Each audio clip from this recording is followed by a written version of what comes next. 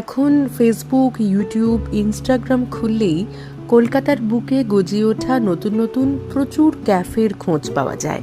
সেরকমই সম্প্রতি খুব ভাইরাল হয়েছে শ্যামবাজারের শশীবাবুর ক্যাফে।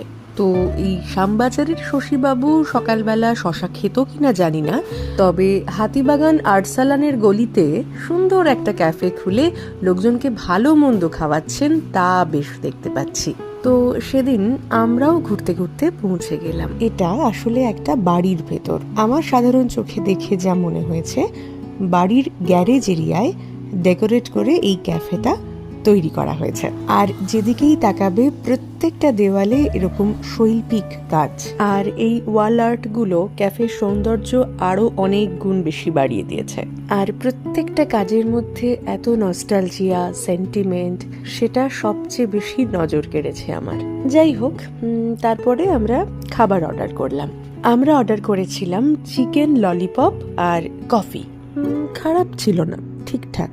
যদি খাবারের স্বাদ এবং সাজানোর ভিত্তিতে নম্বর দিতে হয়, তাহলে আমি 10-এ 7 দেব। এছাড়া ভিতরের অ্যাম্বিয়েন্স মোটামুটি ঠিকঠাক, ঘরোয়া, তবে সব মিলিয়ে আমার খুব আহামরি কিছু লাগেনি। আর আমার সঙ্গে গিয়েছিল আমার সব সময়কার সঙ্গী সোনালি, ওরও মোটামুটি একই মত।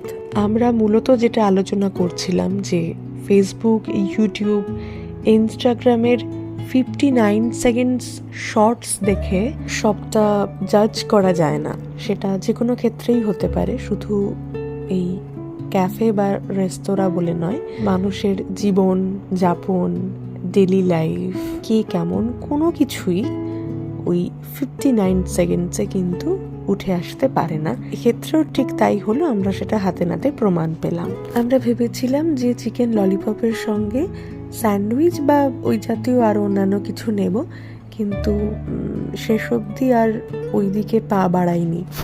না, ললিপপটা এত অখাদ্য খেতে ছিল যে আর খেতে পারিনি তেমনটা নয়, আমাদেরই আর তেমন ইচ্ছে করলো না। তবে কলকাতাকে কেন্দ্র করে বিশেষ বিশেষ কিছু ইমোশন তুলে এই ওয়ার্ল্ড আর্ট আমার খুব অ্যাট্রাকটিভ লেগেছে, এবং আর্টিস্টের নামটাও আমি এখানে জুম করে দেখিয়ে দিলাম। এটা খুব ইম্পর্ট্যান্ট আমার কাছে অন্তত। আমাকে যদি সবটা মিলিয়ে নম্বর দিতে বলা হয়, তাহলে আমি 10/6 দিতে পারি। যাই হোক, তোমরাও তোমাদের বন্ধু বান্ধব, পরিবার পরিজনদের সঙ্গে নিয়ে শ্যামবাজারের শশীবাবুর ক্যাফে থেকে ঘুরে এসো।